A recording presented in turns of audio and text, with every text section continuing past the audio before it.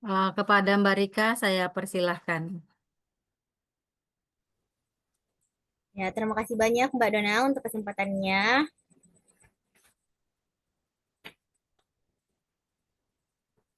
Assalamualaikum kawan-kawan sekalian, selamat siang. Selamat Waalaikumsalam. Selamat siang. siang. Waalaikumsalam, Mbak. Warahmatullahi wabarakatuh. Nah, selamat siang untuk kita Selamat semua. siang. Selamat siang Ibu. Selamat siang kawan-kawan sekalian. Salam sejahtera untuk kita semua. Yang terhormat dari pihak Bina Desa yang sudah memfasilitasi kita akan kegiatan kita pada siang hari ini. Yang kami hormati para ibu pemateri yang sudah hadir pada ruang Zoom kita pada siang hari ini, dan yang saya hormati pula seluruh peserta yang sudah meluangkan waktunya di siang hari yang mungkin cukup padat ini untuk ikut hadir di acara kita pada siang hari ini. Mari kita awali acara kita hari ini dengan sebuah pantun. Ibu-ibu sekalian, makan ketoprak jangan lupa pakai kerupuknya. Bapak Ibu hadirin, bagaimana kabarnya? Cakep. Alhamdulillah baik. Alhamdulillah baik ya semua kabarnya. Semoga kita semua selalu dalam keadaan sehat walafiat.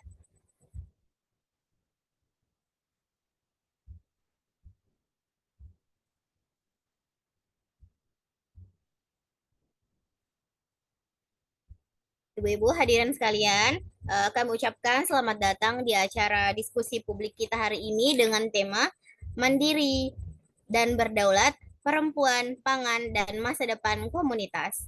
Hari ini Minggu di tanggal 8 Juni 2025, bersama saya Rika Wahyuni yang akan memandu acara kita pada siang hari ini. Dimulai pukul 13.00 waktu Indonesia Barat hingga pukul 15.00 waktu Indonesia Barat. Kawan-kawanku sekalian, sebagaimana yang kita ketahui bersama bahwa setiap tahunnya, setiap tanggal 16 selalu diperingati sebagai Hari Pangan atau Hari Ketahanan Pangan di dunia. Kenapa? Kenapa selalu diperingati? Untuk apa tujuannya?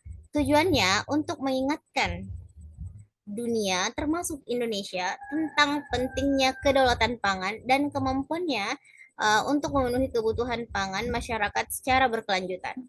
Pertanyaannya, apakah kita sudah siap untuk memenuhi kebutuhan pangan di bawah kepemimpinan yang baru? Olehnya itu, mari kita diskusikan bersama ketiga narasumber kita. Ada Ibu Usrek dari Lumajang, dari komunitas Tidak Makmur. Ibu Usrek sudah hadir bersama kita, sudah hadir di tengah-tengah kita pada siang hari ini. Beliau akan membawakan materi yaitu kedaulatan pangan dan kerja komunitas. Selanjutnya ada Ibu Hilda. Ibu Hilda juga sudah bergabung bersama kita di ruang meeting kita pada siang hari ini. Ibu Hilda dari KPNS Jeneponto akan memaparkan peran perempuan dalam peningkatan ekonomi keluarga. Selanjutnya ada pemateri ketiga kita, tapi beliau belum sempat untuk bergabung pada sesi kita hari ini. Itu ada Ibu Hasira dari Gaspira dari Sulawesi Selatan, Bantaeng Sulawesi Selatan, maaf. Beliau akan membawakan materi perempuan mandiri tidak ternilai. Mungkin sampai sini perkenalan untuk pematerinya. Selanjutnya saya akan menjelaskan tata cara diskusi kita pada siang hari ini. Caranya adalah setiap pemateri akan memaparkan materinya. Ibu Usrek, Ibu Hilda, dan Kak Hasira akan memaparkan materinya kurang lebih 15-20 menit per orang. Kita akan mengizinkan para pemateri terlebih dahulu untuk memaparkan materinya. Kemudian setelah seluruh pemateri selesai dalam memaparkan materinya, barulah kita akan membuka sesi diskusi atau sesi tanya jawab. Bagaimana teman-teman? Setuju? Sepakat? Oke, Mbak, lanjut. Oke, terima kasih. Sudah sepakat ya, olehnya itu untuk efisiensi waktu, saya berikan kesempatan pertama kepada Ibu Usra. Oh, Punten Bu baik. untuk bersegera memulai materinya. Terima kasih. Silakan Bu Usra.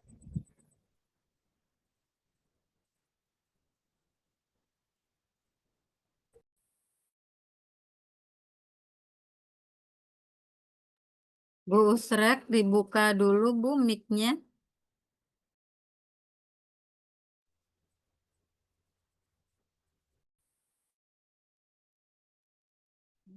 Terima kasih waktu yang telah diberikan. Assalamualaikum warahmatullahi wabarakatuh. Waalaikumsalam warahmatullahi wabarakatuh. Kenalkan, nama saya Bu Usrak dari Komunitas Sidomakmur Lumajang. Dan di sini izinkan kami untuk memaparkan dari yang telah dibawa, yang kami sampaikan. Silahkan Mbak Dona untuk itu.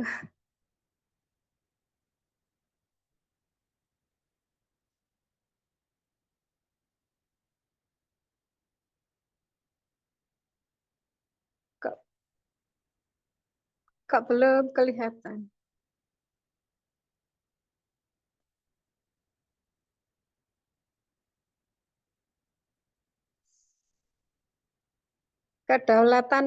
Merancang kedaulatan pangan di tengah arus globalisasi dan dominasi sistem pangan, industri muncul kekuatan alternatif dari tingkat akar rumput, yaitu kerja komunitas. Mereka adalah para perajut harapan menyambung kembali hubungan antara alam manusia dan pangan. Next.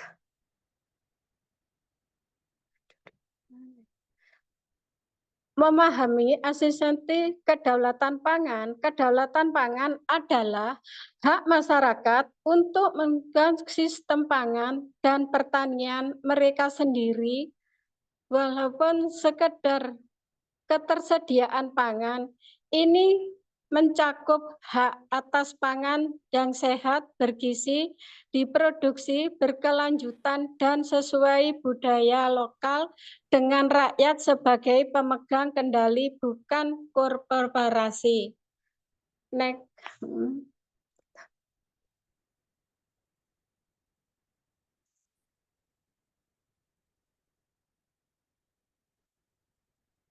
Kok hilang?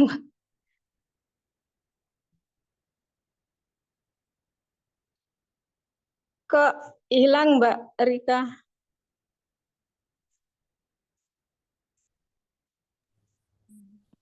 Ya, Bu Usra.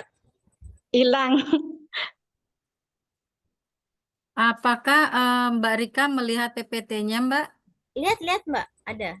Berarti sinyalnya Bu Usrek sedang terganggu. Iya, hujan soalnya di sini, Mbak. Oh ya. Oh ya.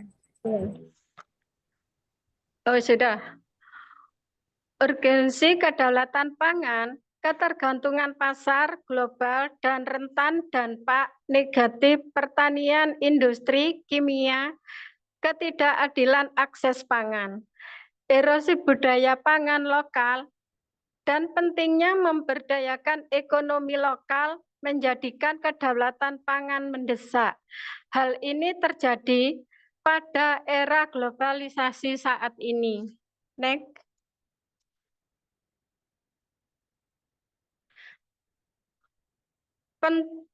Peran sentral kerja komunitas. Kerja komunitas adalah penggerak utama kedaulatan pangan di akar rumput, membangun solidaritas aksi lokal, alternatif sistem pangan, serta pendidikan dan kesadaran masyarakat. Hak ini mencakup kendala atas sumber daya agraria seperti tanah, air, dan benih. Masyarakat berdaulat atas bagaimana sumber daya ini dikelola dan digunakan untuk memproduksi pangan.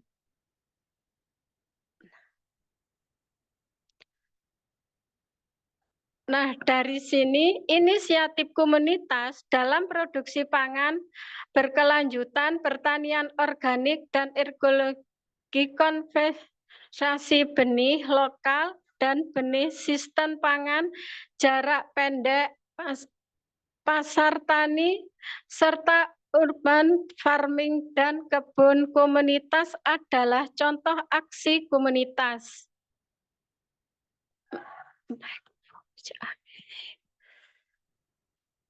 Dan situ memperkuat ekonomi lokal, pengembangan produk lahan pangan lokal adalah cara kerja komunitas memperkuat ekonomi dan berbasis pangan lokal. Kerja komunitas dalam mewujudkan kedaulatan pangan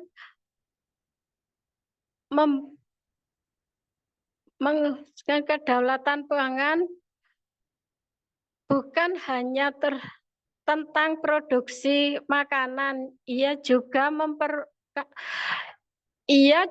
merupakan serta strategis ampuh untuk membangun kondisi ekonomi lokal dan lokal yang lebih kuat dan mandiri.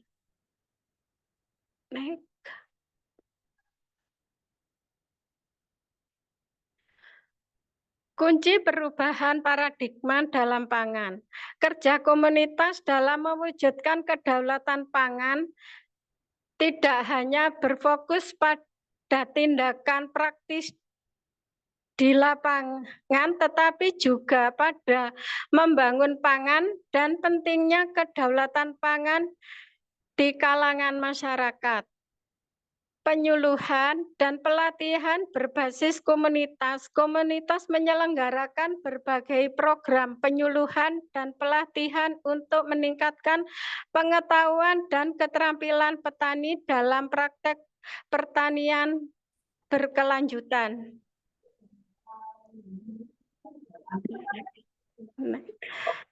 Nah, dari situ kesimpulan kedaulatan pangan aksi komunitas masa depan mandiri. Kedaulatan pangan adalah kunci kemandirian dan berkelanjutan sistem pangan, bukan sekedar cukup makan. Kerja komunitas adalah kekuatan nyata mewujudkan kedaulatan pangan melalui solusi lokal dan ekonomi adil. Sistem pangan global punya masalah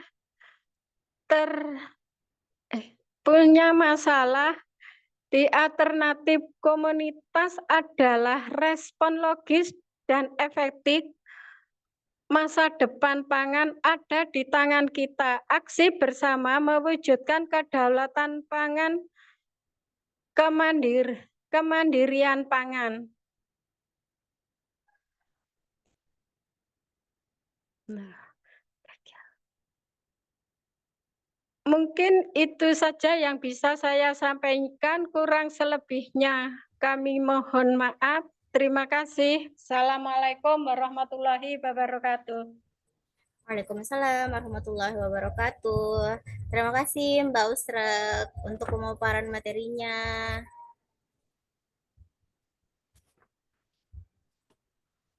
Sangat inspiratif dan membuka ruang belajar dan ruang berpikir untuk kita semua. Saya izin menyimpulkan, saya undang dulu ya pemateri kedua kita. Saya lihat dulu Ibu Hilda. Ibu Hilda. Ya, Mbak. Oke, Ibu Hilda sudah bergabung di tengah-tengah kita. Ibu Hilda ini dari KPNS Jeneponto. Beliau akan memaparkan materi tentang peran perempuan dalam peningkatan ekonomi keluarga. Olehnya itu, kepada Ibu Hilda, saya persilahkan dengan hormat. Terima kasih. Terima kasih. Terima kasih atas kesempatan yang telah diberikan kepada saya. Perkenalkan, nama saya Hilda Apriani dari Komunitas Perempuan Nelayan Tangari Jeneponto. Mungkin untuk mempersingkat waktu, saya akan memaparkan materi saya, yaitu peran perempuan dalam meningkatkan ekonomi keluarga.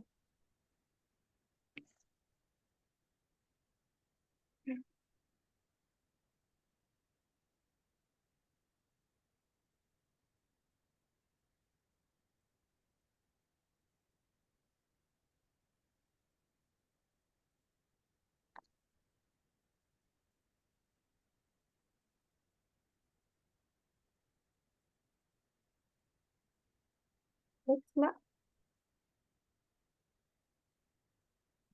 Peran perempuan dalam meningkatkan ekonomi keluarga didorong oleh berbagai faktor termasuk kebutuhan ekonomi keluarga, tuntutan kehidupan sehari-hari, dan keinginan untuk meningkatkan kualitas hidup keluarga.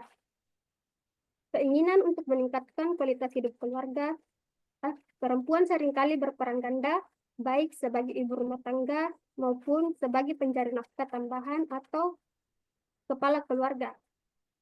Partisipasi perempuan dalam ekonomi keluarga juga dipengaruhi oleh beberapa faktor seperti pendidikan, akses terhadap informasi, dan dukungan dari keluarga dan masyarakat. Next. Bagaimana sih peran perempuan dalam meningkatkan ekonomi keluarga?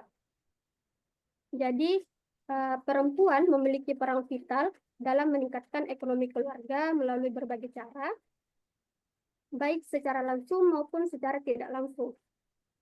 Mereka dapat berkontribusi secara langsung dengan cara bekerja dan menghasilkan pendapatan, atau secara tidak langsung, yaitu dengan cara mengelola keuangan keluarga, merencanakan anggaran, dan membantu dalam mengambil keputusan ekonomi. Selanjutnya, mengapa peran perempuan penting dalam ekonomi keluarga? Itu karena seringkali mereka memiliki pengetahuan dan keterampilan dalam mengelola keuangan, membantu dalam memenuhi kebutuhan sehari-hari, dan bahkan dapat menjadi sumber pendapatan tambahan bagi keluarganya. Next. Tujuan. Jadi, tujuan perempuan dalam meningkatkan ekonomi keluarganya, yaitu pertama, meningkatkan kesejahteraan keluarga.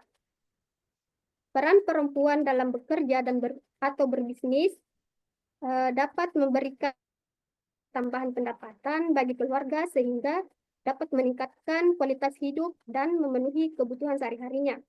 Contohnya saya ambil di daerah kami karena mayoritas penduduknya itu kebanyakan pembudidaya rumput laut. Jadi para perempuan di sini itu mencari pendapatan tambahan dengan cara mengikat rumput laut. Kedua, memenuhi kebutuhan rumah tangga. Jadi perempuan juga berperan penting dalam mengelola keuangan rumah tangga dan memastikan kebutuhan sehari-harinya terpenuhi, termasuk mengelola anggaran, berbelanja, memasak, dan lain sebagainya.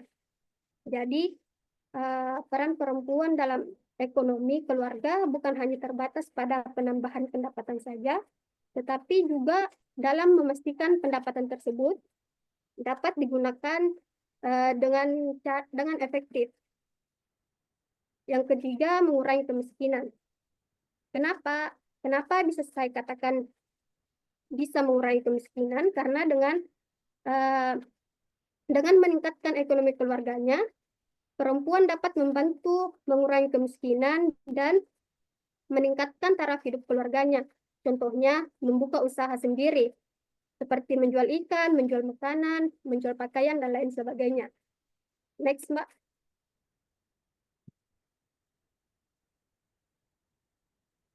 Manfaat. Nah, manfaat peran perempuan dalam meningkatkan ekonomi keluarganya. Yang pertama itu penghasilan tambahan. Jadi untuk beberapa penghasilan tambahan yang saya jelaskan tadi itu dapat digunakan untuk memenuhi kebutuhan sehari-hari seperti makanan, pakaian, dan pendidikan anak. Dan bahkan juga dapat membantu menabung untuk masa depan keluarganya, salah satunya seperti membeli aset. Yang kedua, pengelolaan keuangan rumah tangga. Jadi perempuan sering menjadi pengelola keuangan rumah tangga yang utama baik secara formal maupun secara informal. Mereka harus dapat mengalokasikan dana mereka secara efisien untuk kebutuhan keluarganya dan memastikan bahwa setiap anggota keluarganya mendapatkan kebutuhan yang cukup. Dan ketiga, memberikan peluang bagi perempuan. Kenapa? Karena dengan ini mereka bisa mendapatkan peluang untuk mengembangkan potensi dan keterampilan mereka dan bahkan bisa menjadi sebuah agen perubahan dalam keluarganya. Yang keempat, meningkatkan kemandirian. Karena mereka diberi kesempatan, diberi kepercayaan dalam mengambil peran penting dalam meningkatkan ekonomi keluarganya, sehingga timbullah rasa percaya diri, rasa kemandirian itu dalam mengelola keuangan keluarga. Next, Mbak.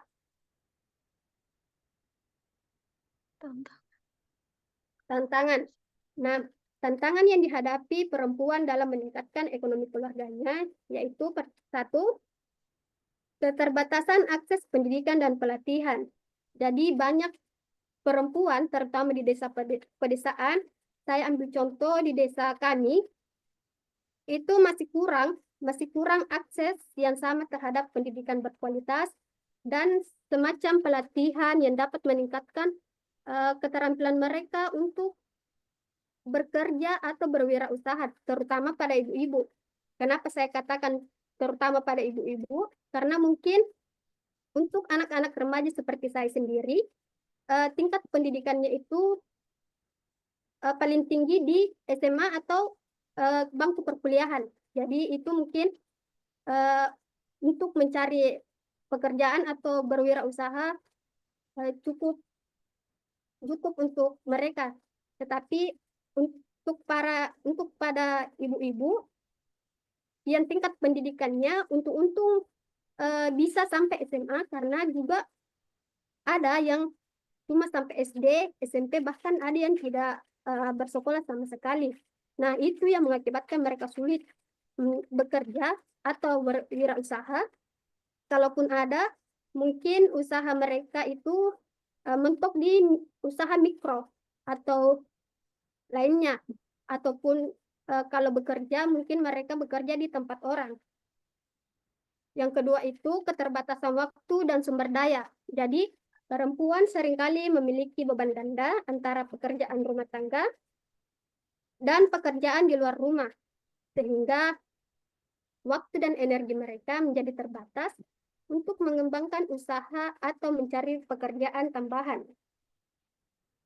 Saya ambil contoh lagi di daerah kami, terutama yang suaminya sebagai pembudidaya rumput laut. Di balik suami yang seorang petani rumput laut, ada sosok istri yang mengambil peran di belakangnya. Sebenarnya bukan cuma sosok istri, tapi anak-anak juga mengambil peran di belakangnya. Jadi peran yang biasa mereka ambil itu seperti menyiapkan bentangan yang akan diikat, terus seringkali juga mereka turun untuk mencuci bentangan tersebut, sampai ke proses pengikatan, mereka membantu memotong-motong bibit yang akan diikat, sampai ke proses panen dan pengeringan. Itu tidak lepas dari tangan perempuan. Jadi itu yang mengakibatkan waktu dan energi mereka menjadi terbatas untuk mengembangkan usaha atau mencari pekerjaan. Next, Mbak. Dampak positif dan negatif peran perempuan dalam meningkatkan ekonomi keluarga. Dampak positifnya yaitu tadi peningkatan pendapatan keluarga, peningkatan kesejahteraan dan kualitas hidup, kemudian peningkatan akses pendidikan, peningkatan potensi perempuan, dan lain-lain. Dampak negatifnya yaitu kurangnya waktu untuk keluarga, beban kerja yang berat, potensi ketidakseimbangan dalam peran.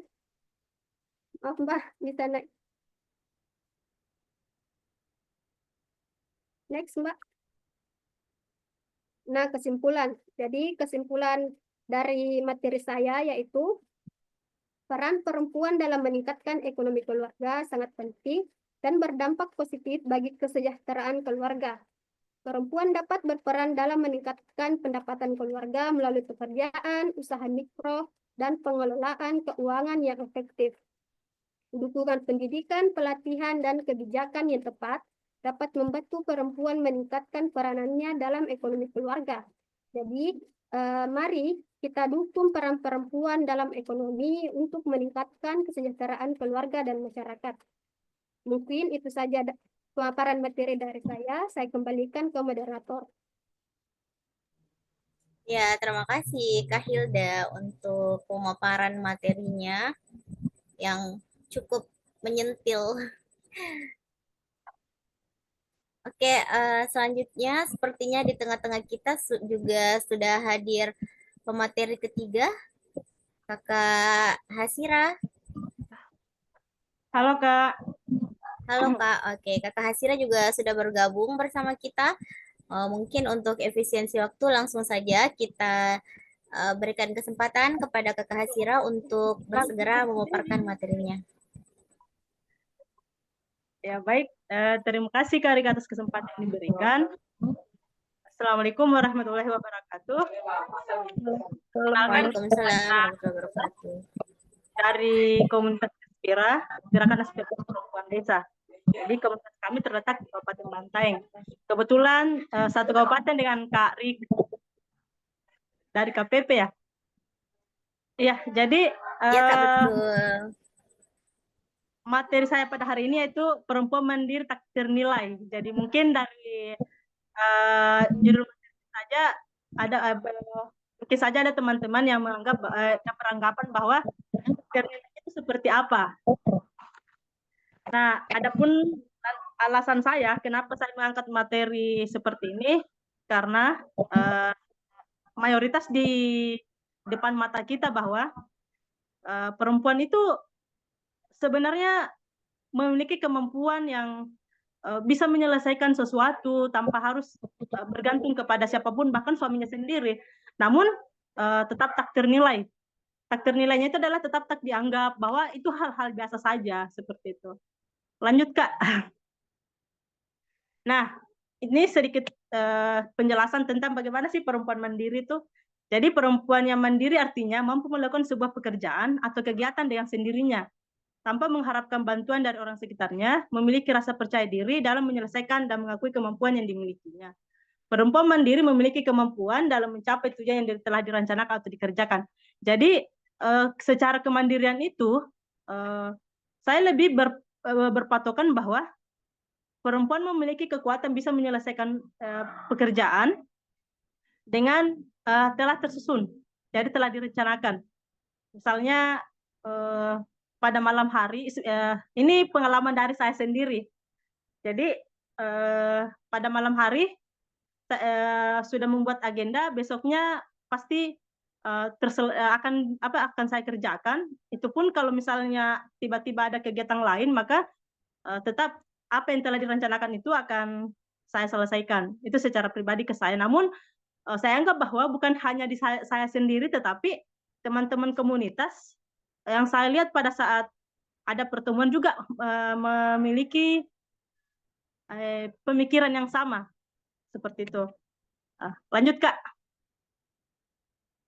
Jadi namun walaupun misalnya kemandirian tersebut ada pada perempuan, bukan berarti perempuan lepas dari tanggung jawabnya yang sudah menjadi kewajiban. Misalnya perempuan yang sudah bergelar sebagai istri, perempuan sebagai anak, dan juga perempuan sebagai ibu. Dalam menjalankan pekerjaannya, perempuan tidak melepaskan peran dan tanggung jawab yang sudah menjadi status tetap. Jadi status tetap itu seperti yang saya katakan tadi, misalnya sudah menjadi ibu, sudah menjadi anak, tetapi dalam mengerjakan sesuatu itu tidak terhalangi oleh status tersebut. Lanjut, Kak. Nah, ini dia perempuan di meja makan. Jadi perempuan di meja makan ini saya rasa berkaitan dengan materinya Hilda dari Jana Ponto. Bagaimana misalnya perempuan hadir dalam memenuhi kebutuhan keluarga. Jadi sebagai manajemen terbaik dalam rumah tangga, perempuan merupakan aset terbesar dalam memenuhi kebutuhan makanan di meja makan. Meski sebagian di antaranya laki-laki juga mengambil peran, akan tetapi kenyataan membuktikan perempuan memiliki peran yang lebih besar. Jadi pada saat menyiapkan makanan di meja makan itu sebagian besar itu adalah yang berperang adalah perempuan. Kalaupun misalnya sebagian di antaranya ada laki-laki ataupun suami yang juga mengerti soal keadaan perempuan, maka dia akan menyiapkan kebutuhannya sendiri di meja makan, seperti itu. Nah, hal tersebut bisa dilihat dari kemampuan perempuan yang menyiapkan makanan, berawal dari berbelanja, memasak, menyiapkan di meja, membersihkan meja, mencuci piring, hingga alat kebutuhan makan tersusun rapi di rak piring.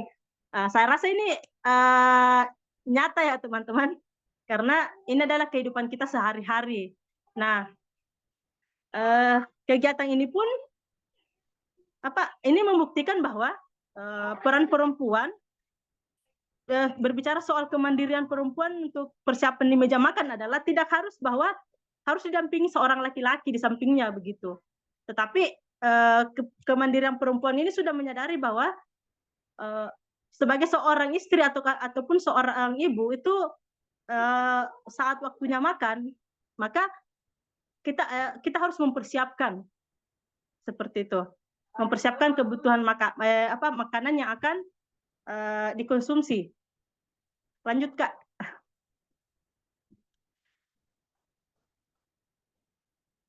Ya, jadi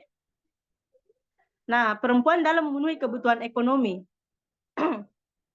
Jadi kalau perempuan dalam memenuhi kebutuhan ekonomi ini seperti lanjutan dari materinya Hilda, bahwa memang perempuan itu dalam memenuhi kebutuhan keluarga itu kebutuhan ekonomi keluarga itu sangat berperan penting. Bagaimana pemanfaatan lahan pekarangan, bagaimana misalnya memikirkan apa yang akan kita masak dan sebagainya.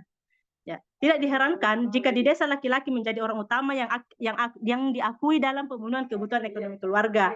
Semua itu tidak terlepas dari pengakuan secara nyata dalam agama dan juga doktrin yang sudah menjadi turun-temurun. Maksudnya di sini adalah bahwa di dalam memenuhi kebutuhan ekonomi keluarga, faktanya untuk memenuhi seorang laki-laki adalah pencari nafkah dalam keluarga. Itu dalam pandangan agama. Sedangkan dalam doktrin nenek moyang yang sudah menjadi turun-temurun adalah ya memang untuk memenuhi kebutuhan ekonomi itu adalah difokuskan ke suami. Seperti itu. Kalaupun misalnya di dalam agama tidak ada larangan ya, perempuan memenuhi kebutuhan ekonomi. Nah, pertanyaan yang menarik adalah apakah perempuan tidak berperan langsung dalam pemenuhan ekonomi di keluarga? Nah, pertanyaan inilah yang sebenarnya penting untuk dibahas untuk membuktikan bahwa sebagian besar perempuan juga memenuhi kebutuhan ekonomi di keluarga, dan bahkan kita bisa lihat di sekitaran kita mayoritas sih lebih ke mayoritas perempuan ya juga termasuk, walaupun secara fakta ya secara bertani saja kita lihat bukan hanya laki-laki yang terjun langsung, tetapi perempuan juga. Misalnya saya di keluarga kecil saya, jadi ketika berkebun itu saya dan suami saya ke kebun, ya kita mengerjakan pekerjaan masing-masing begitu. Nah, lanjut Mbak. Nah, dalam memenuhi kebutuhan keluarga, sebagian besar perempuan memilih untuk bekerja meskipun label yang didapat adalah membantu suami. Jadi ini adalah saat perempuan bekerja itu yang tanggapan masyarakat adalah membantu suami. Jadi tetap yang dicap untuk memenuhi kebutuhan ekonomi adalah laki-laki, yang merupakan pernyataan tidak adil bagi perempuan. Ada dua faktor yang menjadi alasan hal tersebut terjadi. Karena budaya patriarki yang masih belum hilang, dan kesadaran keluarga tetapi tidak mengakui kemampuan perempuan atau istrinya sendiri. Jadi, budaya patriarki itu budaya yang bagaimana yang menganggap bahwa perempuan itu tidak memiliki peran di luar dari rumah. Seperti itu. Selain memasak, mencuci dan sebagainya, menjaga anak dan menyusui. Hal tersebut itulah yang juga menutupi bahwa perempuan itu walaupun misalnya bekerja di luar rumah, itu tetap bahwa perempuan hanya di bidang di bagian domestik saja. Dan ini kesadaran keluarga tetapi tidak mengakui kemampuan perempuan atau istrinya sendiri. Jadi sebenarnya keluarga itu sadar dengan posisi kita, menyadari bahwa kita ini memiliki kemampuan di luar untuk bisa bekerja memenuhi kebutuhan ekonomi, bahkan kita berperan langsung untuk memenuhi kebutuhan ekonomi, tetapi tetap keluarga kita menganggap bahwa kau ini seorang perempuan. Bagaimanapun kau tetap di bagian domestik saja, bagian ranah domestik. Lanjut, Mbak. Nah, faktanya, karena dua faktor inilah sehingga membuat perempuan itu sendiri tidak menyadari bahwa posisinya sedang mendapatkan ketidakadilan dalam keluarga dan lingkungannya. Nah, akhirnya karena dua faktor inilah yang menyebabkan, karena sudah larut lebih dalam untuk di kehidupan perempuan, akhirnya perempuan ini pasrah bahwa dia menjalani kehidupan yang secara mandiri untuk memenuhi kebutuhan ekonomi. Misalnya kalau di kampung, di desa saya itu ada buruh tani. Jadi pada saat musim potong padi, itu kadang lebih mayoritas itu yang pergi adalah perempuan, istri. Yang pergi potong padi, memotong padi. Di sini kan masih masih lokal. Jadi dia kalau di sini namanya apakah saya tidak tahu di wilayahnya teman-teman ya, tapi di sini masih budaya lokal yang tidak memakai mesin pada saat kita menjadi buruh potong padi. Jadi masih pakai tenaga tangan, bentuk seperti ini. Saya tidak tahu apa bahasa Indonesianya. Begitu. Dan itu yang ceritanya, dan ini membuktikan bahwa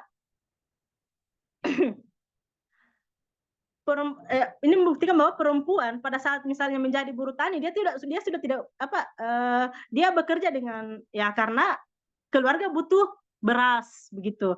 Tidak lagi memikirkan bahwa posisi saya sebenarnya sedang mendapat ketidakadilan, karena walaupun misalnya saya bekerja, itu tetap tidak terakui di keluarga, tetap bahwa kepala rumah tangga, kepala keluarga adalah laki-laki, suami, dan yang mencari nafkah adalah suami.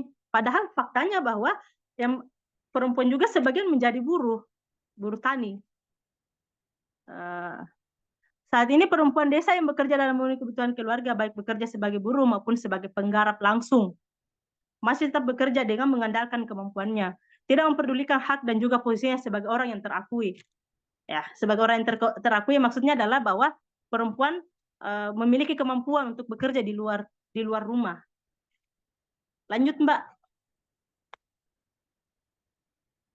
Nah, pengambilan keputusan dalam keluarga. Jadi, di dalam keluarga ini, pengambilan keputusan adalah mayoritas suami. Jadi, ketika misalnya masih kurang dalam mengambil keputusan itu diadakan secara demokrasi antara suami istri. Bahkan ini sering kali terjadi. Kebetulan ada beberapa diskusi kecil dengan beberapa tetangga yang saya jelaskan tadi, yang sebagian diantaranya adalah buruh. Itu ketika misalnya kita mencoba berdiskusi dalam pengambilan keputusan, itu ada yang menganggap bahwa kau cukup diam. Ada perkataan seperti itu. Kau cukup diam, kau itu perempuan dan perkataanmu itu tidak dibutuhkan di dalam pengambilan keputusan. Nah, hal itu kan yang ceritanya yang merupakan hal yang bagaimana sih perempuan tidak ternilai di dalam keluarga dalam pengambilan keputusan. Nah, hal tersebut karena suami sebagai kepala rumah tangga. Selain itu, budaya nenek moyang yang turun-temurun hingga saat ini sebagian besar masih dipakai oleh laki-laki dalam rumah tangganya. Iya, jadi tidak terlepas dari bagaimana sih doktrin di masa lalu. Jadi doktrin turun-temurun yang pada akhirnya terpakai di dalam keluarga saat ini. Lingkungan juga mendukung budaya tersebut. Ya, jadi bagaimana misalnya lingkungan juga mendukung dengan apa ya? Lingkungan yang mendukung budaya adalah saat misalnya perempuan yang dinyatakan yang di dalam keluarga dalam pengambilan keputusan itu dianggap tidak penting untuk dalam mengambil keputusan, bahkan orang di sekitar pun mendukung bahwa ya kau adalah seorang perempuan, kau ini bukan hal yang dipentingkan dalam mengambil keputusan. Dan saya rasa ini berlaku di hampir semua wilayah. Bahkan ada yang sampai beranggapan bahwa tidak sopan membantah suami sehingga dicap sebagai pendosa. Nah, mungkin di sini agak kasar ya, agak kasar kenapa? Karena ketika misalnya perempuan sudah dianggap tidak sopan atau dianggap sebagai, bahkan ini ada pernah kisah yang terjadi bahwa ketika misalnya ada kejadian dan pada waktu itu seorang istrinya mengangkat suara untuk menentukan kebenarannya. Dia dianggap bahwa kau ini suka membantah seperti itu. Kau ini suka membantah dan ganjaran terakhirmu adalah neraka seperti itu. Ada yang sampai berbahas seperti itu. Pada waktu itu ada masalah. Dan kebetulan saya salah satu orang yang memfasilitasi pada waktu itu. Bahkan yang miris saat ini pendapat tersebut sebagian besar berlaku di desa. Meski sebagian kecil laki-laki yang menyadari posisi seorang istri dalam rumah tangga, tetapi melakukan musyawarah tetap melakukan musyawarah ketika mengambil keputusan. Jadi ada 10% ya. Jadi ada 10% yang menghargai istrinya atau menganggap bahwa istrinya itu adalah orang penting dalam mengambil keputusan. Lanjut, Mbak. Terima kasih. Jadi itulah materi yang sempat saya sampaikan. Terima kasih untuk kesempatannya. Dan saya akhiri walau muwafiq ila aqwamit thoriq. Assalamualaikum warahmatullahi wabarakatuh. Waalaikumsalam warahmatullahi wabarakatuh. Terima kasih Kakak Sira untuk materinya yang tajam ya. Menyentil kaum-kaum patriarki di luar sana. Oke, kawan-kawan sekalian, ketiga materi kita sudah selesai dalam memaparkan materinya. Ibu Usrek tadi membawakan materi mengenai kedaulatan pangan dan kerja komunitas. Ibu Usrek tadi, saya izin menarik kesimpulan, Ibu Usrek tadi memaparkan materinya mengenai bahwa ternyata ketergantungan di pasar global yang rentan itu sangat berimbas terhadap kedaulatan pangan kita di Indonesia. Terus ternyata sistem pangan global itu punya masalah. Nah, alternatifnya itu kita mungkin bisa selesaikan dengan cara membentuk komunitas. Terus untuk Ibu Hilda Apriani tadi sudah menarik kesimpulan akan materinya sendiri. Terima kasih Ibu Hilda. Nah, untuk Kakak Sira, Kakak Sira tadi materinya cukup tajam dan agak berat ya. Untuk Kak Sira tadi, Kakak Sira membahas tentang tentang perempuan mandiri yang tak ternilai atau tidak dianggap. Kerja-kerjanya dalam keluarga, dalam kehidupan itu ternyata masih tidak diakui oleh orang-orang yang tanda kutip masih patriarki atau masih kolot dalam menanggapi perempuan-perempuan yang kritis di masyarakat. Seperti itu ya. Oke kawan-kawan sekalian, kita buka sesi tanya jawab dulu. Untuk sesi pertama saya membuka pertanyaan untuk 2 orang penanya dulu. Silakan yang ingin bertanya tangan ya, raise your hand. Atau bisa di chat. Silakan teman-teman yang mau bertanya.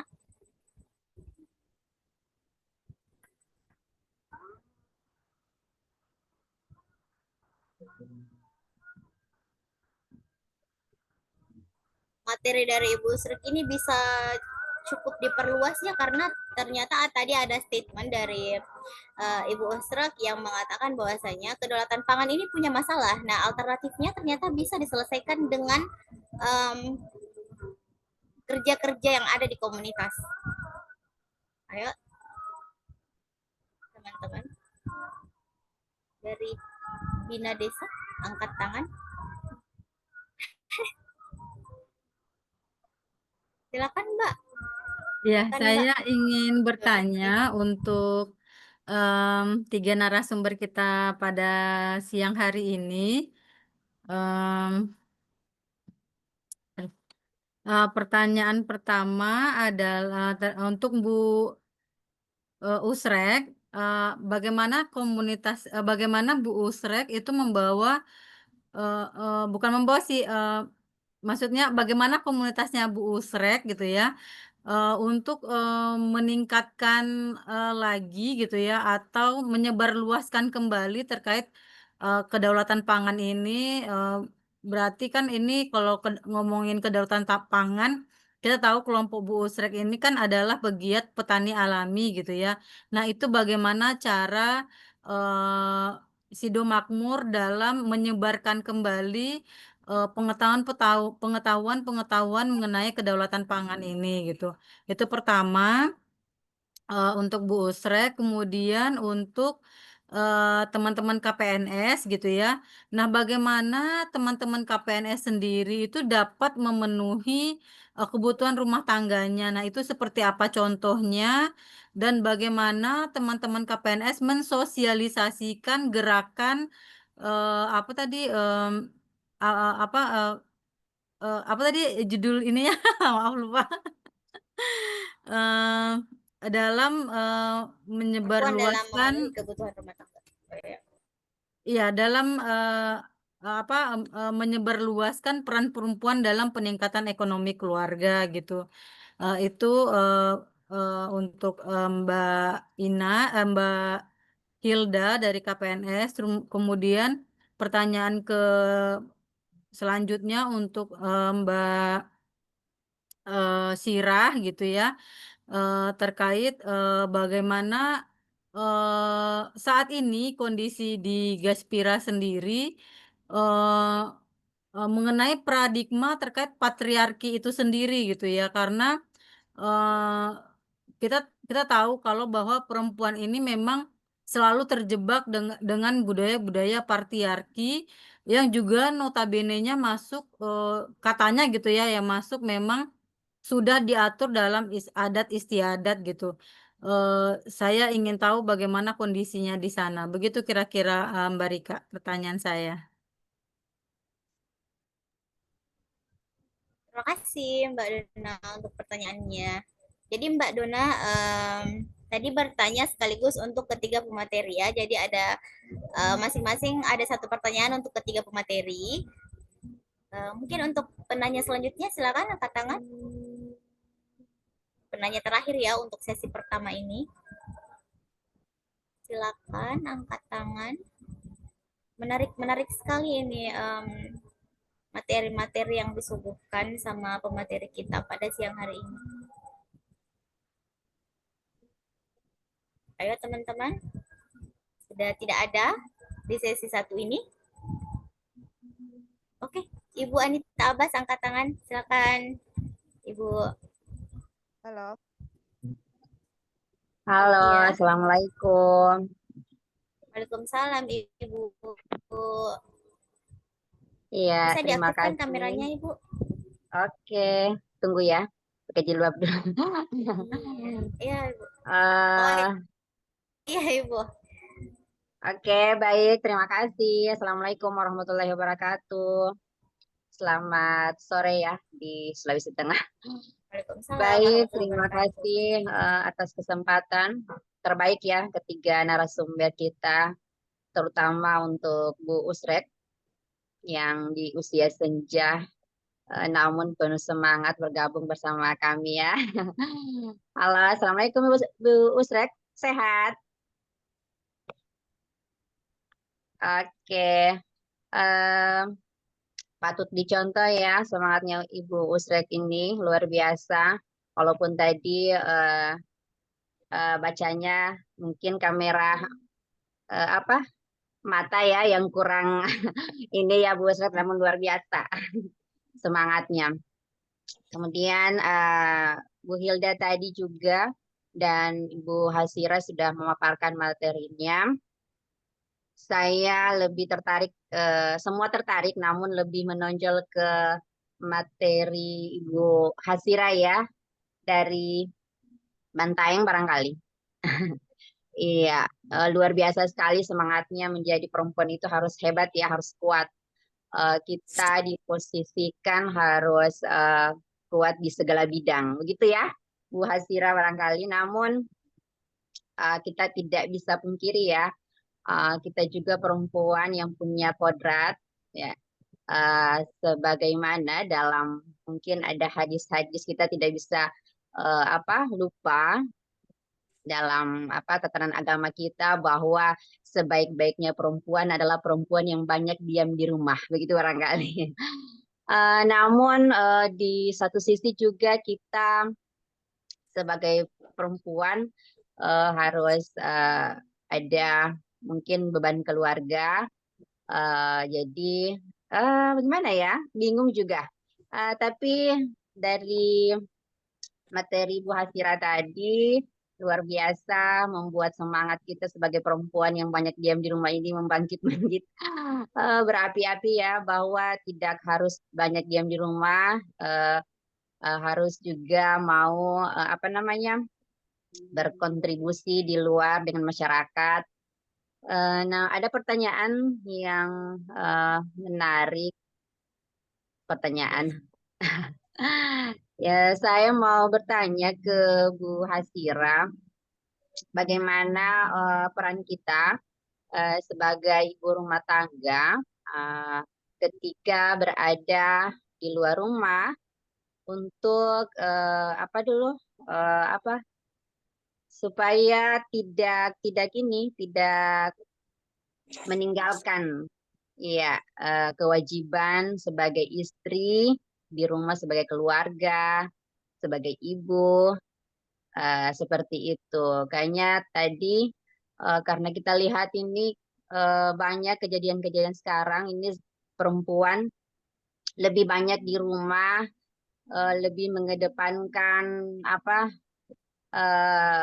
karir begitu, tanpa memenuhi hak sebagai ibu di rumah, karena ingin haus validasi barangkali kalau orang kekinian bilang seperti itu. Kira-kira dari Ibu Hasira, bagaimana itu menempatkannya supaya suami juga tidak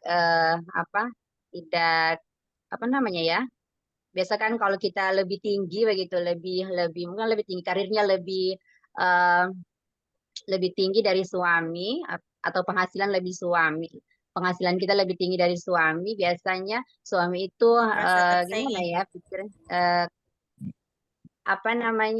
kayak kurang dihargai katanya.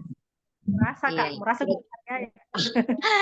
Mengerti barangkali Bu Hasira dengan kata-kata saya, karena lagi blank, baru bangun tidur. Tapi saya sempat menyimak, keren sekali tadi Bu Hasira sudah memaparkan materinya dengan penuh semangat. Saya langsung bangun, ini keren ya materinya. Barangkali begitu saja dari saya. Terima kasih. Wassalamualaikum warahmatullahi wabarakatuh. Waalaikumsalam warahmatullahi wabarakatuh. Ya, teman-teman, itu dulu ya untuk sesi tanya jawab penanya untuk sesi pertama kita ini. Ada 2 penanya, ada dari Mbak Dona dan Mbak Anita. Mbak Dona tadi bertanya kepada ketiga pemateri, Ibu Usrek, Ibu Hilda, dan Kak Hasira. Terus Mbak Anita bertanya kepada Kak Hasira. Untuk para pemateri, apa perlu saya ulang pertanyaannya? Tidak, Kak. Bisa, Kak. Kamu saya ya? Diulang ya pertanyaannya. Dari Mbak Dona untuk Ibu Usrek. Ibu Usrek masih ada kan? Oke. Dari Mbak Dona untuk Ibu Usrek. Punten Ibu, pertanyaannya, bagaimana komunitas Ibu Usrek menyebarluaskan pengetahuan tentang kedaulatan pangan? Itu ya untuk Ibu Usrek. Terus untuk Ibu Hilda, mohon maaf ya ada distraksi sedikit. Untuk Ibu Hilda, pertanyaan dari Mbak Dona, bagaimana KPN perempuan-perempuan yang ada di KPNS itu sendiri dapat memenuhi kebutuhan rumah tangganya, dan bagaimana penyebaran orang-orang yang berusaha untuk memenuhi kebutuhan keluarganya di sana, Ibu. Terus untuk Kak Hasira dari Mbak Dona, bagaimana kondisi saat ini yang ada di Gaspira tentang paradigma patriarki yang masih berkembang pesat di sana ternyata. Terus pertanyaan kedua untuk Kak Hasira dari Ibu Anita, yaitu bagaimana cara mungkin Bu ya, bagaimana cara menempatkan diri kepada perempuan yang punya penghasilan lebih tinggi dari suami, punya pencapaian-pencapaian yang lebih wah dari suami, agar suami merasa tidak tersaingi atau merasa kurang dihargai, seperti itu mungkin. Oke, sudah jelas ya para pemateri untuk pertanyaannya? Alhamdulillah sudah. Oke, saya beri kesempatan pertama terlebih dahulu kepada Ibu Usrek. Punten Bu untuk menjawab pertanyaan dari Mbak Dona. Oke, terima kasih Mbak Moderator. Ya, yang pertama, kami adalah selalu mendiskusikan tentang tantangan makanan-makanan yang berbahaya untuk misalnya dari pabrikan, terus apa itu, jadi kami tidak bisa membangun untuk kedaulatan pangan. Yang kedua, kami selalu memberitahukan atau berdiskusi dengan teman-teman itu 1 minggu sekali, yaitu untuk menyiapkan pangan sendiri. Yang kedaulatan pangan adalah orang itu bisa mengatur pangannya sendiri, baik dari budidaya sampai produksi, sampai pangan itu benar-benar sehat. Dan kami mulai 2010, kami itu mengajak teman-teman untuk bertani alami, dan itu untuk mewujudkan kedaulatan pangan. Yang dahulunya, kalau orang tani itu kan seharusnya tidak beli, tapi kalau dulu kan orang-orang itu atau teman-teman komunitas itu senangnya itu belanja. Akhirnya kami bersusah payah bersama teman-teman kader untuk memberitahu dan memberi contoh supaya bisa menanam sayuran atau apa, meskipun tidak untuk dijual, paling enggak itu untuk dikonsumsi sendiri. Dan itu sangat sangat berat memang. Awalnya memang nggak ada yang mau, tapi kami selalu memberikan contoh. Dan sampai kubentuk ada arisan kerja. Dan arisan kerja itu tujuannya supaya teman-teman itu juga bisa melakukan baik di pekarangan maupun di kebunnya, jangan sampai kontaminasi dengan kimia. Alhamdulillah sampai sekarang kami masih melakukan itu, Mbak. Dan masih melakukan itu terus diskusi. Sampai sekarang itu setiap minggu itu ada pertemuan rutin di Sidomakmur ini. Dan juga ada arisan kerja setiap minggu, itu kita keliling. Jadi mulai dari rumah si A, terus ke rumah si B, ke rumah si C, itu memang selalu kulakukan. Ya, tujuannya supaya teman-teman juga mengetahui bahwa kedaulatan pangan itu memang harus diawali dari diri kita sendiri untuk menyiapkan pangan, bagaimana untuk mengatur ekonomi jangan sampai terseret dengan globalisasi.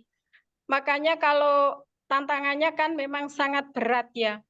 Terus di sini kami juga mengajak teman-teman itu berproduksi baik dari kesehatan, dari hasil yang kita tanam, misalnya rempah-rempah, kita produksi untuk membuat jamu. Kalau dulu anak-anak kecil itu sukanya, kalau di lingkungan saya ini, minumnya itu yang serba instan. Tapi alhamdulillah sekarang mulai suka dengan beras kencur, kunyit asam. Dan itu memang ibu-ibunya dulu yang kami beritahu bahwa bahayanya itu sangat luar biasa. Itu Mbak Dona yang kita lakukan sampai sekarang. Anak tidak tidur. Coba anak keluar, coba. Ya, ada anak tidur. Tidak, anak tidak tidur. Tidak. Meskipun itu tidak bisa untuk Tidur apa nggak langsung bapak guling, baru mending kakak. 50%, paling enggak 25%-nya itu sudah terbiasa di sini. Mungkin itu Mbak Dona yang bisa saya terangkan untuk kami menyebarluaskan kedaulatan pangan lewat PA, yaitu di samping kita memberi motivasi kepada kami mengajak praktek dan memberi contoh adalah lahan kolektif untuk di Sidomakmur ini. Terima kasih. Saya kembalikan kepada Mbak Moderator. Iya, terima kasih banyak Bu Usra untuk jawabannya. Mbak Dona, itu jawaban dari Ibu Usra. Ada beberapa poin yang sempat saya catat. Yang pertama, langkah-langkah yang Ibu Usra lakukan untuk mempertahankan penyebaran kedaulatan pangan untuk usaha kedaulatan pangan yang ada di komunitas Sidomakmur sendiri itu ada arisan kerja yang mana mereka berkeliling dari rumah satu ke rumah yang lain. Yang kedua itu ternyata di komunitas Sidomakmur sendiri itu mereka melakukan diskusi rutin setiap minggu untuk diskusi mengenai pemenuhan pasar sendiri yang sejak 2010 ternyata Ibu Usra dan kawan-kawan mengajak orang lain untuk bertani alami. Ya, terus poin selanjutnya di samping Ibu Usrak mengajak mereka lewat motivasi untuk bertani alami, Ibu Usrak juga memberikan contoh nyata untuk bertani alami di sekitar lingkungan Ibu Usrak itu sendiri. Mohon izin sedikit saya menyela untuk peserta diskusi yang hadir pada hari ini, mohon untuk di-mute dulu mic-nya karena tadi pada saat Ibu Usrak menjawab ada distraksi dari peserta yang bukan mikrofonnya. Ya. Ya, terima kasih telah menonaktifkan mic-nya. Oke, itu Mbak Dona jawaban dari Ibu Usrak. Selanjutnya mungkin saya izinkan dulu penanya pemateri selanjutnya untuk menjawab pertanyaan dari Mbak Dona kepada Kakak Hilda. Silakan Kak Hilda untuk menjawab pertanyaan dari Mbak Dona. Baik, terima kasih atas pertanyaannya dari pihak Bina Desa. Mungkin saya jawab dengan cara menceritakan aktivitas salah satu masyarakat di sini di keseharian beliau. Jadi beliau ini adalah seorang ibu rumah tangga yang merupakan istri dari seorang nelayan sekaligus petani rumput laut. Jadi tinggal di daerah pesisir dan berhadapan langsung dengan laut itu memberikan keuntungan untuk beliau dan keluarganya. Salah satu seperti membudidaya rumput laut, membangun usaha yang menjanjikan. Aktivitas yang sering beliau lakukan setiap hari, bukan setiap hari sih, mungkin hampir setiap hari, yaitu setiap pagi beliau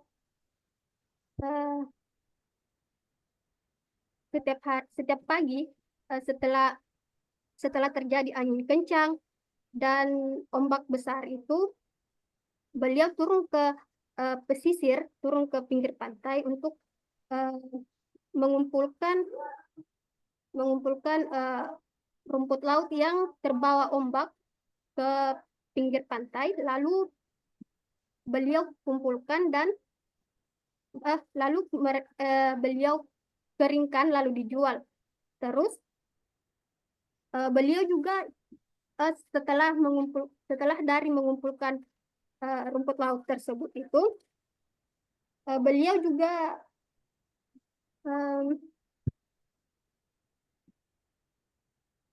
selain beliau ini bukan cuma sebagai istri seorang nelayan, tapi beliau juga merupakan seorang penjual ikan. Jadi pekerjaan sampingannya itu sebagai penjual ikan. Setiap hari beliau setelah dari mengumpulkan rumput laut yang terbawa ombak itu, beliau pergi ke para nelayan yang baru datang dari menangkap ikan di laut, lalu membeli ikannya dan dijual kembali. Beliau menjual ikannya itu di pasar-pasar pagi dan membawa keliling dari desa ke desa lain. Setelah dari situ, beliau harus kembali lagi ke rumah untuk menjalankan kewajibannya sebagai istri dan sebagai ibu dari anak-anaknya. Jadi setelah keperluan rumah itu terpenuhi, di sela-sela waktunya itu beliau juga sering membantu suaminya itu untuk menambal jaring-jaring yang sudah rusak. Dan pada saat musim rumput laut tiba, beliau yaitu tadi membantu suaminya dalam proses pembudidayaan rumput laut, mulai dari menyiapkan bentangan, memotong-motong rumput laut, menyatukan bentangan yang sudah diikat, dan membantu dalam proses panen dan pengeringan.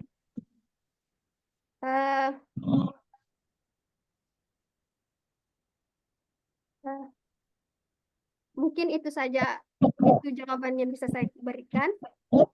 Saya serahkan ke moderator. Ya, terima kasih banyak Kak Hilda untuk jawabannya. Mungkin selanjutnya kita minta kepada pemateri ketiga untuk menjawab pertanyaan dari Mbak Dona. Kepada Kakak Hasira.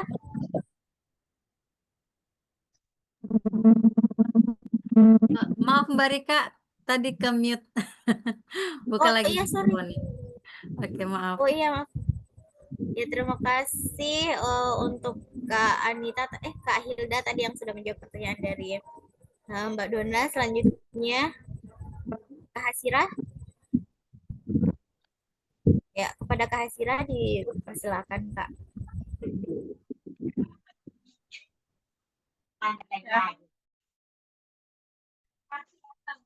Nah, ya Kak. Jadi sebelum saya menjawab, saya ingin minta maaf sama Kak Rika dulu ya. Kebetulan tadi saya mengatakan pertanyaan tidak perlu diperjelas kembali, karena kebetulan saya sebenarnya meminta waktu menjawab lebih awal. Karena anak saya lagi rewel dan karena kurang sehat sudah beberapa hari. Maaf ya Kak ya. Oke. Ya, saya mohon maaf Kak, tidak terdengar tadi. Jadi terima kasih untuk Mbak Dona atas pertanyaannya. Saya memperjelas kembali pertanyaannya itu bagaimana saat ini kondisi di Gaspira mengenai paradigma patriarki itu sendiri. Jadi kalau bicara soal patriarki di komunitas, itu lebih kepada penguatan secara ilmunya yang kami lakukan saat ini, karena kebetulan yang anggota Gaspira yang bergabung saat ini itu lebih ke pemuda, jadi dia masih berumur di bawah 30 tahun. Dan ada juga beberapa orang sudah di atas 30, sekitar 40 tahunan, yang juga merupakan ibu rumah tangga dan ada juga yang masih belum menikah.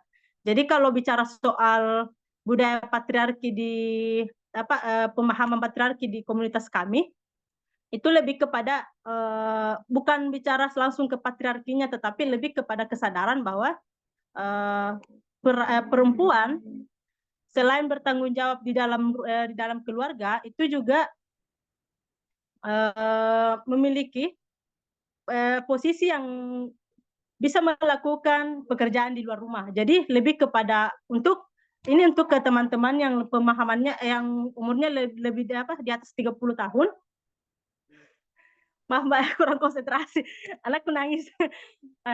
Ya, jadi intinya bahwa kalau bicara soal patriarki di budaya berbicara soal budaya patriarki di komunitas itu saat ini teman-teman lebih memahami bahwa budaya patriarki itu dilawan bukan secara bahwa bukan melawan secara kasar ya, tetapi bagaimana kesadaran kita terhadap peran dan juga hak sebagai seorang perempuan baik di dalam keluarga maupun di dalam hak diri sendiri yang ketika misalnya kita belum menikah, lebih ke situ Kak. Jadi lebih kepada penguatan ilmunya, ilmu patriarkinya. Karena kalaupun misalnya kalaupun misalnya teman-teman menyadari bahwa budaya patriarki ini merugikan perempuan, akan tetapi tidak ada penguatan tentang positifnya tentang budaya positifnya budaya patriarki, maka bisa saja perempuan ini lebih kepada bicara soal memerdekakan dirinya sendiri tanpa harus menyadari bahwa ada tanggung jawab yang harus kita jalani ketika misalnya setelah menikah. Nah, seperti yang dikatakan tadi sama siapa ya penanya kedua, ya saya ingat kata Abbas. Siapa ya Kak ya? Saya lupa. Ya, Anita. Ya, jadi seperti itu Kak.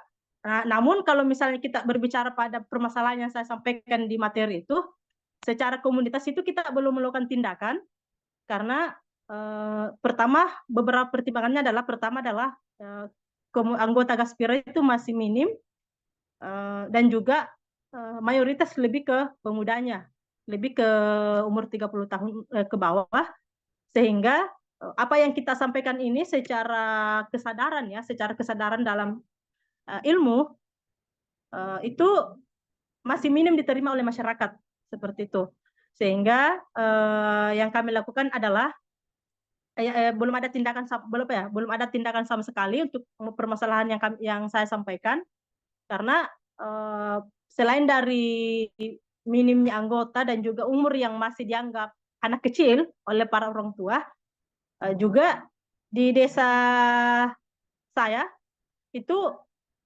budaya patriarkinya itu masih kental begitu. Namun itu berlaku pada orang-orang yang mayoritas yang memiliki minim pendidikan begitu. Kalaupun misalnya ada yang di bagian pendidikan yang tinggi mungkin sebagian kecil, dan itu saya belum pernah melakukan kedekatan untuk mendapat informasi ke orang-orang yang memiliki pendidikan tinggi, namun apakah budaya patriarki masih berlaku atau tidak dalam keluarganya, seperti itu Mbak Dona. Lanjut Kak, pertanyaan kedua ya. Terima kasih Kak Sira. Sebentar Kak Sira, kita kembalikan dulu ke penanya ya. Bagaimana Mbak Dona? Sudah oke Mbak, cuman yang mau saya kembali bertanya itu kan berarti masih banyaknya pengetahuan yang bukan pengetahuan sih, terjadi ya sudah, lupakan saya. saya bahkan lupa dengan pertanyaan saya sendiri. Mungkin nanti kalau ingat akan saya tanya kembali Mbak Rika. Untuk sementara oke. Terima kasih Makasih. untuk semua narasumber hari ini. Terima kasih Mbak Dona. Oke, selanjutnya Kak Hasira mungkin langsung saja untuk pertanyaannya Kak Anita. Perlu saya ulang Kak? Apa sih namanya? Kak Anita. Ini kan sebenarnya kalau pertanyaan terima kasih Kak untuk Kak Anita Abbas, karena sebenarnya kalau bicara soal materi yang saya sampaikan itu adalah perjalanan kita setiap hari ya. mungkin kita memiliki pandangan masing-masing tentang desa, bagaimana misalnya perempuan bekerja dan juga bagaimana sih perempuan berperan aktif seperti itu. Nah, cuman apa ya? Saya mau bertanya ini ke Kak Anita. Apa Kak Anita ini sudah menikah ya atau belum? Izin Kak, mohon maaf. Sudah Mbak. Sudah berapa Sudah, sudah 2 anak, alhamdulillah, mau ketiga. Ini lebih berpengalaman dari saya ya. Kebetulan saya Bagi-bagi pengalaman Bu Hasira, karena apa namanya, beda orang beda pengalaman barangkali. Rasanya berbagi pengetahuan ya Kak. Kebetulan rumah tangga kami ini masih 1 tahun lebih, belum masih benih ya, orang katakan masih benih. Oh, baik-baik. Oh, baru seumur jagung barangkali. Bahkan sangat pertanyaan dari Kak Anita, karena ini bisa jadi motivasi nih untuk teman-teman yang masih belum menikah. Jadi Baik, ya, sip ya. Lanjut Mbak. Iya, karena baik secara kalau misalnya bicara soal di dalam keluarga, bagaimana sih supaya kita bisa bekerja di luar? Tunggu dulu Mbak, anak saya menangis. Ya, jadi bagaimana sih misalnya perempuan itu bisa bekerja di luar dan tidak meninggalkan kewajibannya di rumah ketika misalnya dia sudah berperan sebagai istri dan juga berperan sebagai ibu begitu. Nah, kalau secara pengalaman saya, ini kan orang bicara berbagi pengalaman ya Kak, karena kita masing-masing punya pengalaman. Jadi kalau di dalam terus kedua sudah punya anak, kebetulan anak kami itu sudah berumur 8 bulan. Jadi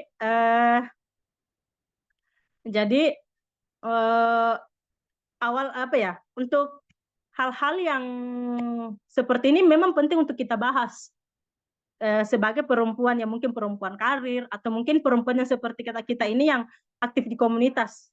Karena kalau misalnya tidak dibahas sebelumnya, itu akan menjadi masalah ke depan. Apalagi kan dalam rumah tangga itu bukan orang bicara sebentar, tapi berbicara 1 kali seumur hidup ya, amin.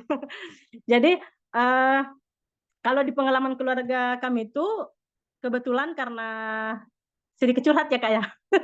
Kebetulan saya dan suami saya itu dijodohkan, ketemu pas akan tunangan begitu. Jadi kita tidak sempat membahas soal bagaimana sih perjanjian ke depan pada saat kita memiliki tanggung jawab masing-masing dan juga memiliki karir masing-masing, itu tidak sempat kami bahas. Tetapi alhamdulillah kebetulan saya dan suami saya itu memiliki pemahaman yang pendidikan yang lumayan. Jadi caranya itu adalah mungkin pertama adalah kita harus penting mendiskusikan. Jadi lebih banyak berdiskusi sih tentang bagaimana apa sih yang kita butuhkan misalnya begitu. Misalnya lebih banyak berdiskusi tentang apa yang saya butuhkan sebagai istri dan apa yang dibutuhkan oleh suami seperti itu. Misalnya saya yang juga bukan hanya sebagai ibu rumah tangga, bukan hanya sebagai ibu dan juga istri, tetapi punya kegiatan misalnya mengajar, kuliah, seperti itu. Sehingga sebelum punya anak kan itu enak ya Kak ya, sebelum punya anak, karena tinggal memberitahukan ke suami ke sana dan ke sini tuh enggak ada masalah apa-apa. Itu pun kalau misalnya kita ketemu sama suami yang paham dengan keadaan kita. Jadi itu makanya saya mengatakan tadi pentingnya teman-teman yang belum menikah beri pemahaman memang untuk calon suami bahwa kita memiliki karir dan juga hak yang harus saya jalankan setelah menikah, mungkin begitu Kak. Nah, setelah ya langkah awal yang kami lakukan adalah bermusyawarah pastinya. Jadi kita lebih berbicara soal apa yang akan saya lakukan dan apa yang akan menjadi kegiatan saya setelah menikah. Begitupun suami saya. Jadi kebetulan kami berdiskusi bicara soal masa depan. Suami saya ini ke depan maunya apa? Apakah dia fokus berkebun atau lebih fokus pada karir yang mungkin kantoran dan sebagainya. Dan setelah berdiskusi soal kesepakatan itu, ya kami masing-masing memberi jalan. Jadi setelah berdiskusi keputusan, setelah ada keputusan dari antara kami berdua, itu kami masing-masing mengambil jalan. Oke, kalau misalnya lebih fokus berkebun, berarti kita mempersiapkan semua kebutuhan yang akan kita tanam di kebun, dan kita tanam sama-sama. Dan kebetulan, karena saya ini lebih asik jalan-jalan dari masa sendiri sampai sekarang ternyata tidak bisa hilang, akhirnya saya memberi pemahaman kepada suami saya, dan suami saya kebetulan Pak memahami. Jadi kami masing-masing jalan, kami masing-masing menjalani keinginan kita masing-masing, tetapi kembali pada keluarga itu tetap mengatur bahwa ada keterbatasan waktu yang kita gunakan pada saat kita aktif di hak kita masing-masing. Maksud saya pekerjaan kita masing-masing, begitu Mbak. Ya, jadi mungkin lebih kepada bagaimana kita bermusyawarah, terus sama-sama memberi solusi, kalau misalnya membutuhkan solusi, terus sama-sama membuka jalan, dan lebih kepada bagaimana aturan yang harus kita jalani dalam rumah tangga, misalnya keterbatasan waktu, terus izin, dan juga lebih kepada kita berangkatnya sama siapa, mungkin hal seperti ya keterbukaan seperti itu sih Mbak kalau saya. Nah, kalau misalnya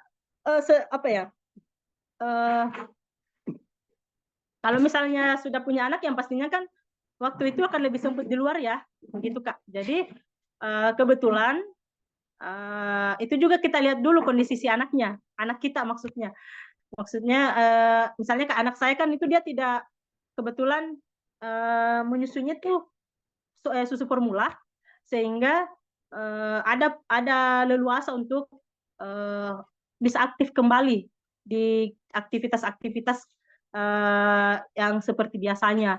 Dan untuk pasti yang menjadi ribet adalah apakah si suaminya siap nih jaga anak kita atau tidak, kan begitu Kak ya.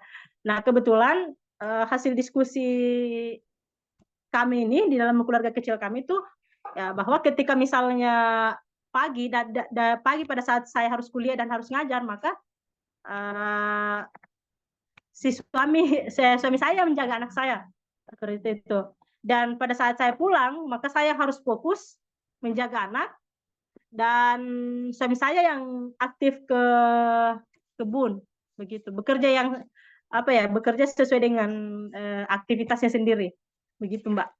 Kalau artinya bahwa saya rasa sih untuk berbagi peran ketika kita sudah dalam berumah tangga adalah, pertama yang paling penting adalah sangat penting untuk bermusyawarah dengan suami dulu, untuk bukti bahwa penting adanya keterbukaan dalam rumah tangga.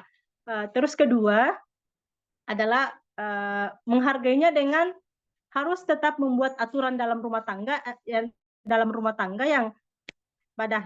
rumah tangga dan aturan itu tidak ada saling tindih. Maksud saya harus aturan yang kita buat ini adalah aman untuk istri dan aman untuk suami, begitu Mbak. Nah, mungkin lebih selanjutnya bekerja bagaimana sih persiapan di dapur.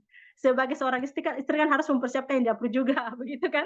Nah, kebetulan sih kalau di keluarga kecil saya yang ya, meskipun masih dini, tetapi pemahamannya bahwa bicara soal kebutuhan dapur itu tidak harus saya, seperti itu, tidak harus istri, tetapi pada saat misalnya mau makan dan mau makan ya, kalau memang tidak ada yang masak ya masak sendiri, seperti itu. Kenapa? Karena penting untuk saling memahami sih sebenarnya. Misalnya mungkin ke dalam kondisi banyak kegiatan di luar sehingga tidak bisa mempersiapkan di dapur, maka suami itu harus memahami bahwa ada waktu yang istri butuh istirahat untuk menenangkan pikiran, seperti itu Mbak. Jadi kalau saya secara pribadi sih lebih kepada bagaimana saling memahami, terus bagaimana saling terbuka, dan bagaimana untuk saling menghargai keputusan. Itu sih intinya Mbak dari panjangnya pembicaraan curhatan. Saya mungkin beda ya dari Mbak Anita. Mungkin Mbak Anita punya masukan lain dari apa yang saya sampaikan. Ini bisa menjadi motivasi untuk teman-teman juga. Siap Mbak, itu sih jawaban saya. pada intinya. Oke, terima kasih Kak Hasira. Bagaimana Kak Anita? Ada feedback dari jawaban Kak Hasira mungkin? Baik, terima kasih Bu Hasira dengan pengalaman berumah tangga yang baru seumur jagung barangkali ya. Iya ya. Saya pikir tadi sudah masuk ke tahun-tahun berapa gitu. Tapi luar biasa, mantap tadi apa tips-tips ya bagaimana rumah tangga itu bisa aman dengan keterbukaan komunikasi barangkali tadi ya Bu Hasira. Saya lupa kalau di materi ini ada yang lebih senior, Bu Ibu Usrek barangkali. Bu Usrek, kira-kira ada cerita lain dalam berkeluarga, bertahan di usia sampai senja ini bagaimana Ibu Usrek dengan pengalaman-pengalaman Ibu Usrek? Barangkali tadi dari Ibu Hasira ya. Saya pikir Ibu Hasira sudah beberapa tahun, ternyata dijodohkan lagi ya Bu Hasira ya. Semoga langgeng ya, Samawa ya. Saya ingin mendengarkan dari Ibu Usrek barangkali yang senior ya, berbagi pengalaman dengan kita. Alhamdulillah saya baru kurang lebih 15 tahun menikah. Udah punya 2 anak. Berguru Ada anak ke saya di Mas. sini tadi. Oke, saya kembalikan ke Ibu Rika, moderator. Barangkali bisa ada tambahan dari Ibu Usrek. Terima kasih. Terima kasih Ibu Anita. Mungkin sebelum ke Ibu Usrek, saya mau mengingatkan ke Kak Hasira bahwa tadi masih ada feedback dari Mbak Dona yang lupa tadi ya. Nah, Mbak Dona sudah menuliskan di chat ruang Zoom ini bahwasanya tadi Mbak Dona mau bilang bahwasanya berarti akses atas hak di komunitas Gaspira itu masih minim Kak Hasira. Apa betul Iya, masih Kak. minim? Jadi kalau bicara soal hak, sebenarnya tidak keseluruhan wilayah sih Kak. Sebenarnya kalau bicara soal akses hak ya, karena kalau pengalaman yang saya ambil itu lebih kepada kalau wilayah secara di kampung saya sendiri, kebetulan kan wilayah Gaspira itu tidak dia lebih meski berbicara soal desa dan kelurahan, tetapi tidak semuanya bergabung begitu, tapi hanya beberapa orang yang bergabung. Dan kebetulan yang kalau bicara soal hak yang masih minim itu lebih kepada masyarakat yang pendidikannya masih minim. Yang minim itu adalah yang pendidikannya yang sampai tidak selesai SD, yang hanya sampai SD, dan itu berada pada pernikahan yang ibu-ibunya itu sudah berumur 40 tahun ke atas, lebih ke situ Kak. Dan kalau misalnya bicara soal minim sih sebenarnya iya masih minim, karena kan kalau di wilayah saya itu masih mayoritasnya itu perempuan yang sudah menikah itu lebih ke pendidikannya yang tidak sampai maksudku yang tidak sampai pada SMA dan juga S1 begitu Kak. Nah, kalaupun misalnya ada yang sampai SMP dan sebenarnya dia sudah memiliki kemampuan untuk bekerja di luar rumah atau mungkin menata karir, itu masih ada ya, ada beberapa yang saya yang saya lihat bahwa mereka ini masih lebih kepada yang saya sampaikan tadi.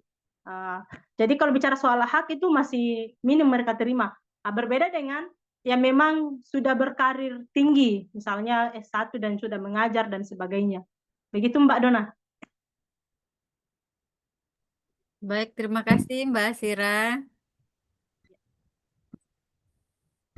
Oke, gimana Mbak Dona? Sudah clear? Ya, terima kasih Mbak.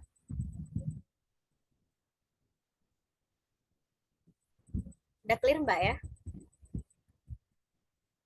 Oke. Oke, teman-teman. Eh, mungkin kita masih bisa buka sesi selanjutnya ya untuk satu orang penanya mungkin sebelum sebelum kita close diskusi kita pada sore hari ini. Mungkin teman-teman masih ada yang ingin dipertanyakan. Mungkin ada pertanyaan-pertanyaan yang berkembang setelah mendengarkan diskusi tadi di sesi 1. Oh, ada Ibu Kasma. Silakan Ibu Kasma.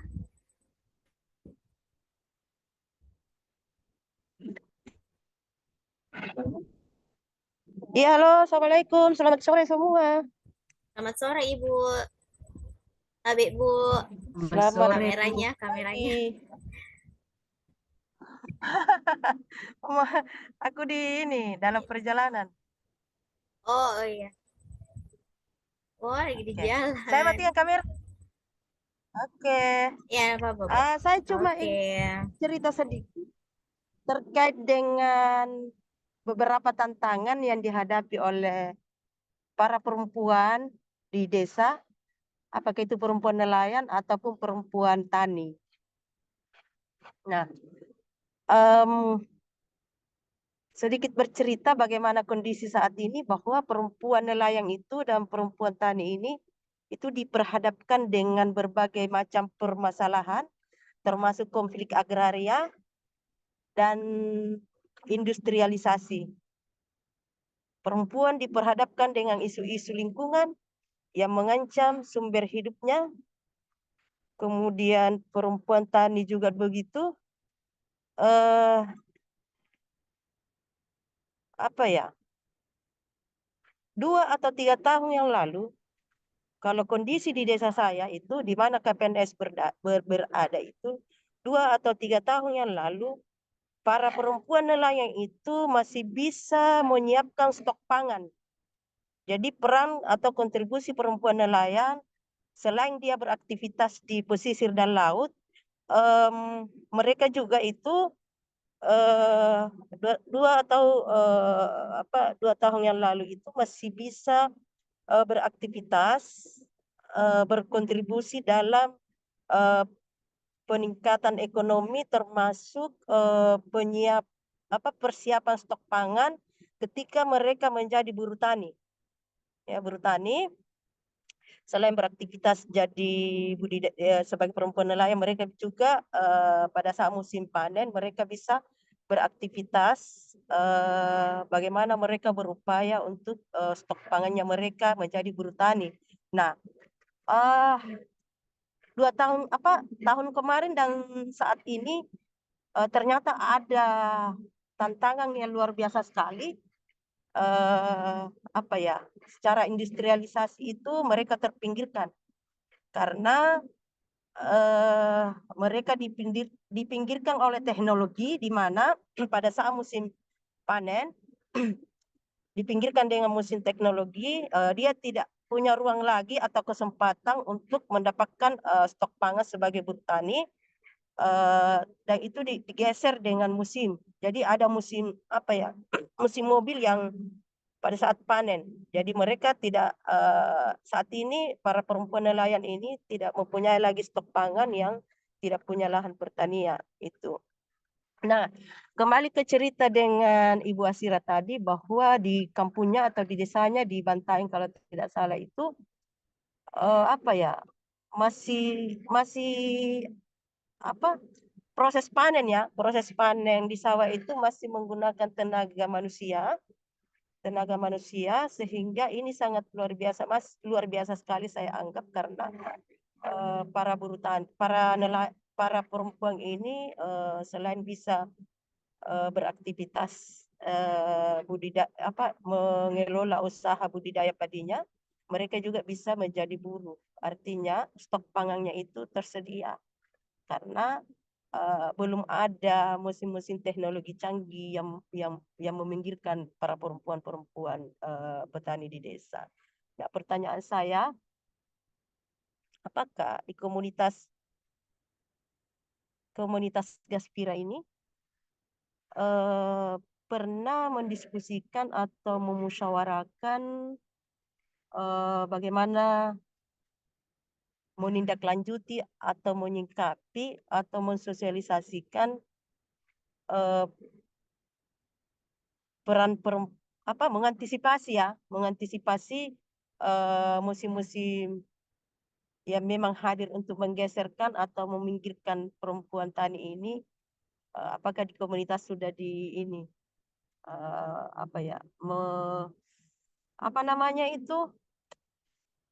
menyusun strategi atau paling tidak memberikan pemahaman kepada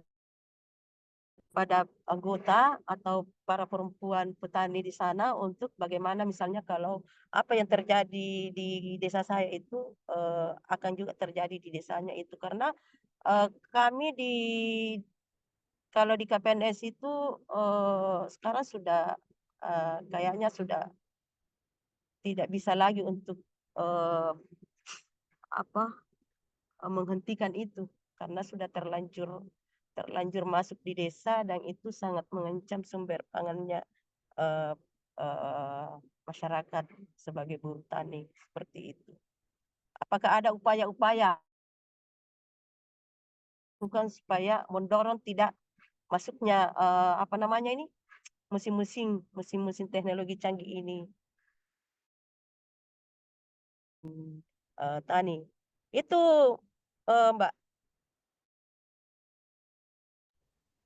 Iya, terima kasih Ibu Kasma. Salam semua.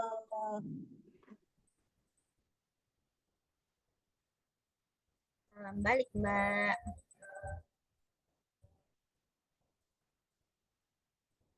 Halo, Kak Hasira.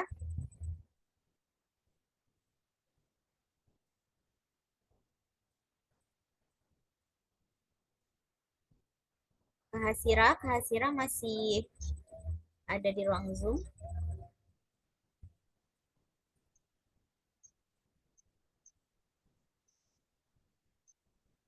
Kak Hasira masih ada.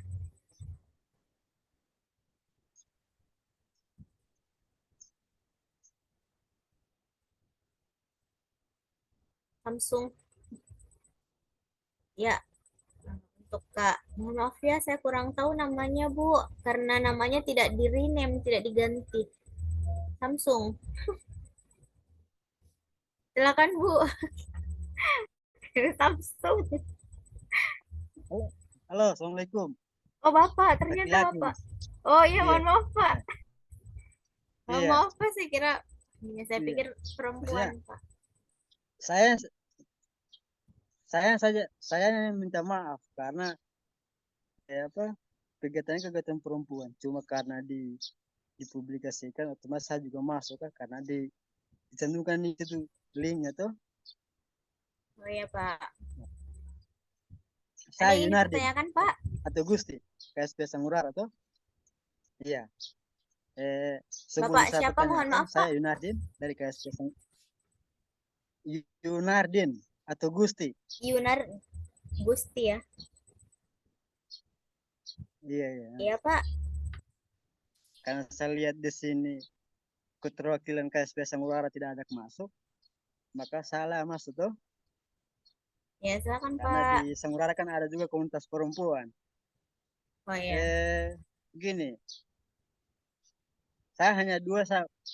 Pertama soal yang disampaikan oleh Sira secara umum belum lah kan, yang tuntas di rumah tangga juga di komunitas juga pun setauku di Sangurara ya tidak seperti apa yang disampaikan oleh kawan Sira. Yang kedua, ini juga bukan catatan tapi saran ke teman-teman JPP lah, karena di tiap dampingan bina desa kan ada komunitas perempuan. Nantilah dibuatlah apalah bentuknya, tapi bagaimana juga di komunitas itu sangat anu sekali lah di komunitas perempuan, khususnya di Sangurara. Sangurara hanya dikenal sebagai kelompok usaha saja, tapi kapasitas dia sebagai komunitas perempuan itu masih minim lah. kebetulan juga saya lihat ada Ibu Ketua JPP yang hadir. Paling tidak ini saran masukkanlah ke Ketua JPP. Lalu juga ada Rugaya yang katanya sebagai koordinator di Sulteng. Saya lihat teman-teman di Sopang nggak bagus lah komunitas perempuannya. Tapi paling tidak bagaimana bagusnya komunitas di Tona itu disalurkan lah ke teman-teman Sangurara. Saya kira begitu. Terima kasih, Ibu Moderator. Iya, terima kasih juga Pak untuk saran masukannya untuk JPP Nusantara. Semoga bisa menginspirasi, inspirasinya didengar dan dilaksanakan insya Allah. Terima kasih banyak Pak untuk sarannya. Iya, sama-sama. Selanjutnya ini pertanyaan terakhir ya dari Ibu Kasma tadi. Saya meminta kepada Kakak Hasirah jika masih standby di ruang Zoom ini. Kak Hasirah. Iya Kak, masih. Oke, Kak Hasirah, ada tadi pertanyaan terakhir dari Ibu Kasma. Perlu saya ulang? Iya Kak, soalnya tadi lebih ini tidak saya dengar. Oh iya, ada tadi pertanyaan dari Ibu Kasma. Ini ya, kalau tidak dengar saya ceritakan kembali latar belakang kenapa pertanyaan ini tercetus. Jadi tadi ternyata di kayak KPNS Jeneponto itu ibu-ibu yang bekerja sebagai buruh tani itu mereka sudah kehilangan lahan kerjanya karena ternyata di sana itu ketika panen itu sudah digantikan oleh mesin panen, mobil Kak Sirah, mobil panen. Nah, pertanyaan dari Ibu Kasma itu, apakah di komunitas Gaspira sendiri itu sudah pernah melakukan diskusi tentang bagaimana mengantisipasi kehadiran teknologi mesin panen itu, Kak? Atau kayak strategi apa atau langkah apa yang harus dilakukan jika sekiranya mobil panen itu sudah ada di sekitar wilayah komunitas Kak Sira yang tentunya mengancam mengancam lahan kerja perempuan-perempuan buruh tani karena itu juga akan berimbas kepada kebutuhan pangan mereka Kak Sira. Seperti itu. Silakan dijawab Kak. Oh iya Kak, makasih Kak. Ya. Ya jadi yang saya tangkap bahwa ini lebih kepada panen rumput laut mungkin Kak Di. Bukan Kak, di KNP masih ada juga buruh tani di sana. Oh, buruh tani sawah begitu. Iya, buruh tani sawah. Oh iya, kebetulan ini. Oh ya, oke baik. Jadi kebetulan kalau secara di sini kan belum ada itu Kak, belum ada mesin. Dia masih secara manual itu dibanting. Banting pakai alat tradisional. Mungkin Ibu Kasma tahu itu sebelum adanya mesin ini. Mesin traktor ya kalau tidak salah. Traktor untuk panen. Nah, kalau Mesin misalnya karena kan memang ada memang yang kalau banteng itu kayaknya ada untuk kelompok tani. Bukan kayaknya ya, tapi memang iya. Ada Kak, pembagian. di sini ada. Ada. Nah, kalau masih di sini tuh belum berlaku itu. Kebetulan juga pernah ada diskusi bersama para pemilik lahan ya. Ya pernah sih dulu ada satu musim sebagian lahan sawah itu dimasuki oleh mesin traktor padi, tapi setelah itu sudah tidak berlaku. Kebetulan sebagian besar pemilik lahan itu mengatakan bahwa kalau misalnya kita menggunakan mesin traktor pemotong padi di lemari. Tunggu kayak ada sedikit diskusi. Oke. Nah, itu tidak itu akan bukan hanya merugikan tapi selain merugikan buruh tani, itu juga tidak membantu orang yang bergantung pada status buruh tani itu, begitu Mbak. Nah kalau secara diskusi ke apa ya, kalau secara diskusi untuk bertindak untuk tidak bertindak untuk tidak menggunakan mesin, berbicara secara langsung dengan masyarakat itu sebenarnya tidak ada.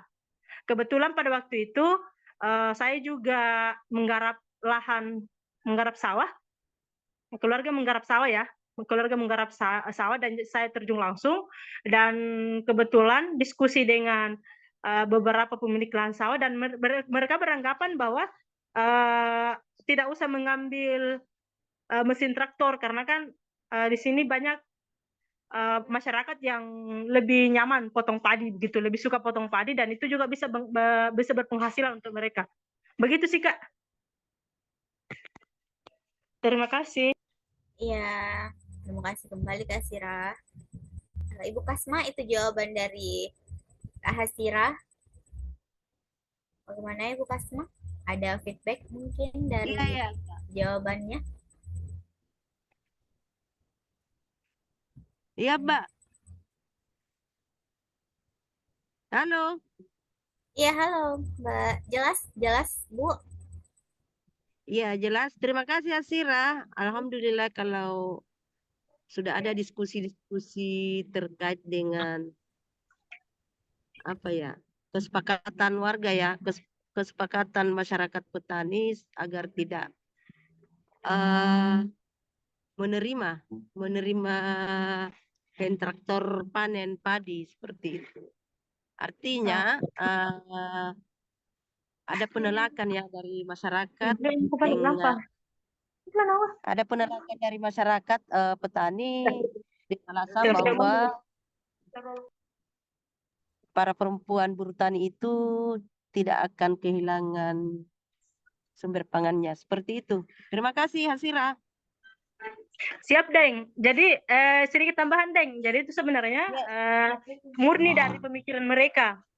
Iya, jadi dan kebetulan pada waktu itu memang bukan hanya 2-3 orang yang beranggapan seperti itu, tapi hampir yang punya lahan pada waktu itu. Kebetulan kan saya salah satu pelaku penggarap sawah pada waktu itu, jadi kita suka ngopi bareng.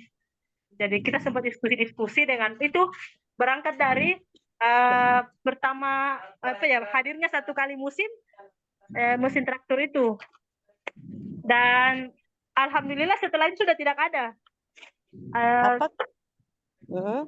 Masih banyak. Iya, masuk setelah diskusi, kebetulan pada waktu diskusi waktu itu ada RW juga yang hadir, ada RT yang hadir, dan mereka berdiskusi ke masyarakat sekitarnya. Begitu, Kak. Iya. Kenapa saya pertanyakan ini? Karena ya lambat laun mungkin kita akan tergeser dengan para buruh tani itu akan tergeser dengan mesin atau industrialisasi teknologi canggih. Mungkin sharing-sharing ini ceritanya Hasira adalah sebuah cerita yang bisa menginspirasi teman-teman di desa-desa lain supaya tidak terjadi apa yang kami alami di desa kami. Seperti itu. Terima kasih ya. Siap, Deng. Nanti ngopi bareng, Deng.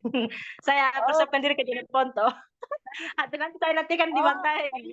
Ada yang mau ke Jeneponto? Sama masih ada sikung. Ada kepiting di laut, sayang. Tinggal ditangkap. Oke deh, terima kasih. Assalamualaikum. Oke ya. Waalaikumsalam. Terima kasih Kak Kasma. Terima kasih juga Kak Hasira untuk jawabannya. Kawan-kawan sekalian, di tengah-tengah kita ada salah satu pengurus dari Bina Desa juga, ada Ibu Dwi Astuti. Selamat sore Ibu.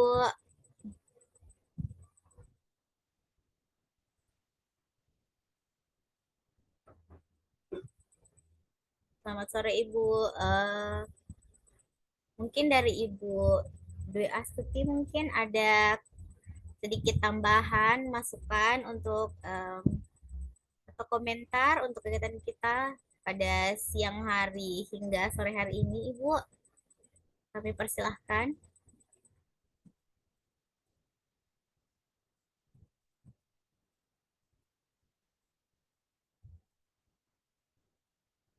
Selamat sore Ibu. Mungkin Mbak Wiwinya lagi tidak di tempat, Mbak. Mungkin langsung Iya, tutup mungkin aja. lagi tidak di tempat ya. Oke. Ya, kita langsung tutup saja ya. Oke, kawan-kawan sekalian, tidak terasa ya kita sudah ada di penghujung acara, kita sudah berada di akhir sesi. Terima kasih banyak untuk semua teman-teman yang sudah meluangkan waktunya, untuk pengurus-pengurus untuk pengurus-pengurus Bina Desa, untuk kawan-kawan pemateri yang sudah menyiapkan materinya, yang sudah menyajikan materinya dengan mantap. Dan bagi saya sendiri, semoga ini juga terasa untuk kawan-kawan sekalian. Ini memantik semangat kita untuk lebih memperhatikan tentang kedaulatan pangan kita sendiri. Terus saya ingin sedikit menarik kesimpulan dari diskusi kita sore hari ini, bahwasanya perempuan dan kedaulatan pangan itu adalah satu kesatuan yang tidak bisa dipisahkan. Terlepas dari segala problem yang terjadi, even itu patriarki yang masih mendarah daging di komunitas masing-masing atau di kehidupan kita masing-masing, perempuan buktinya masih tetap berdaya dan terus mengusahakan kedaulatan pangan untuk keluarganya masing-masing. Saya kira cukup sekian ya kawan-kawan. Mungkin kita kembalikan ke Mbak Dona. Terima kasih banyak. Assalamualaikum warahmatullahi wabarakatuh.